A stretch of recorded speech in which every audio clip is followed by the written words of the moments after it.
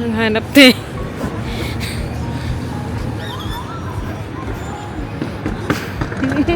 Ito, hinahal natin to. Toilet. Nasaan ba tayo?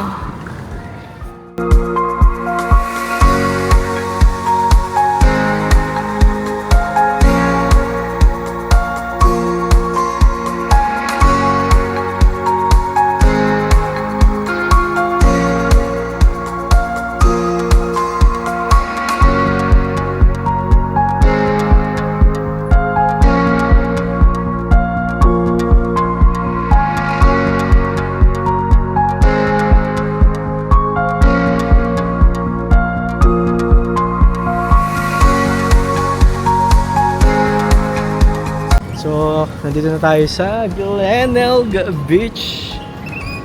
Glenelg Beach. Kahit balik rin may spelling, Glenelg pa din. Ang Glenelg Beach ay isa sa mga popular na beaches dito sa Adelaide. Matatagpuan ito mga 20 minutes drive or public transport mula city center. Known for its wide sandy shore at calm blue waters, kaya perfect ito for swimming and relaxing. Sa paligid naman ng Jerry Road, makikita mo ang maraming cafes, restaurants at boutiques which makes it a perfect spot for food trips and chill moments. Whether gusto mong magpahinga, mamasyal, o mag-enjoy ng romantic sunset, Glenelg Beach gives you the perfect mix of coastal beauty and city vibe.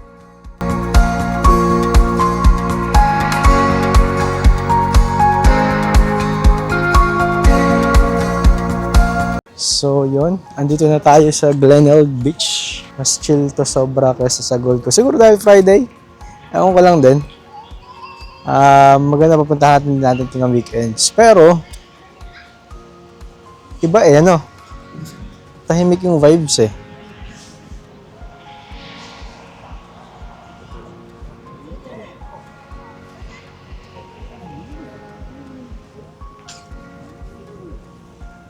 Maraming shops dun sa mga dinaan namin kanina. Parang nasa Gold Coast or Manly. Parang pinagsamang Gold Coast at saka Manly.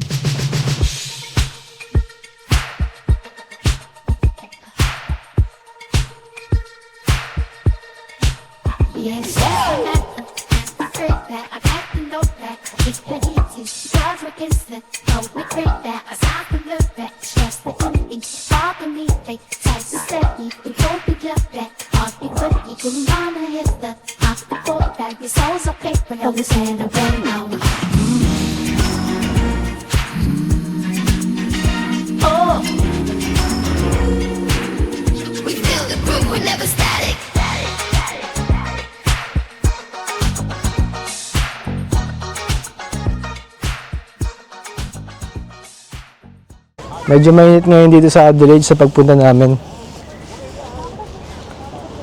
Pero okay lang. Okay na rin ng ganito kaysa umuulan.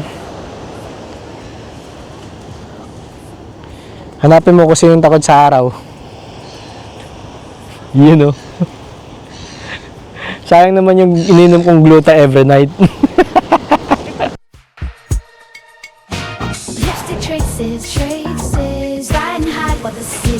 Shout out pala kay Dr. Michiko Miyata Alcala sa supply na gluta. Sa supply na gluta sa amin.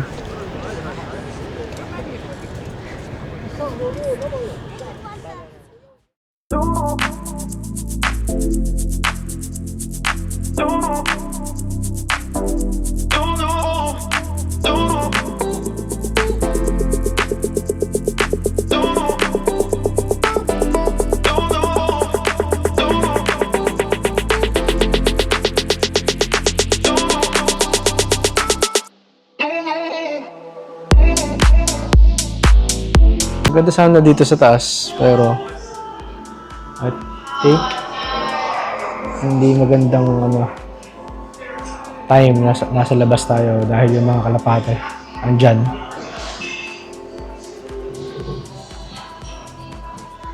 Baka mamaya ubusin na yung aking brownie. Birthday brownie ko pa naman yung sana.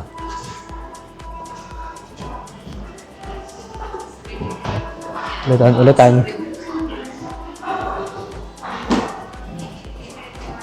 Kaya pala sila nandun sa iglo.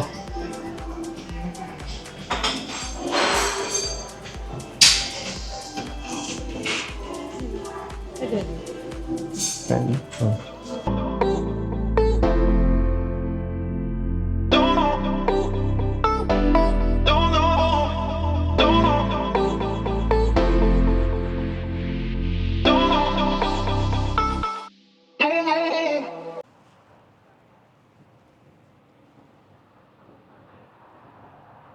So,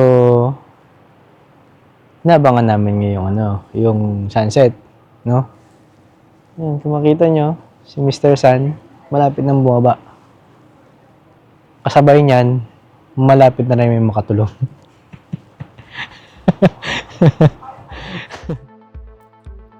Nakakaramdam na kami pareho ng antok habang hinintay namin na bumaba si Mr. Sun. Puyat nga kasi kami at maagang umalis dahil sa excited kami sa trip na to. Pero dahil sa napakagandang view dito sa may dulo ng Glenelg, in-enjoy na lang namin yung moment kahit na sobrang random na ang lumabas sa bibig ko. Natagpuan na namin yung mga nawawalang yate. Ito pala, yun. Boom! Surprise! Diba? Lakas makasosyal. Someday mamamasyal kayo ng mga tropa nyo. Sasakay lang, magyayate kayo, hindi kayo magbabas, hindi kayo magte-train, magyayate. Diba?